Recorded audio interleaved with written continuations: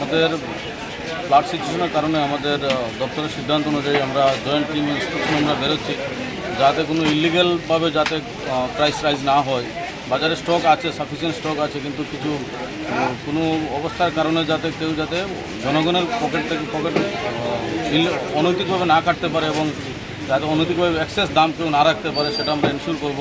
এবং তাতে বাজার কমিটি যারা আছে ওনাদের নিয়ে আমরা সেপারেট মিটিংও করেছি এবং আমরা মাইকিং করছি যাতে কেউ এক্সেস দাম না রাখেন।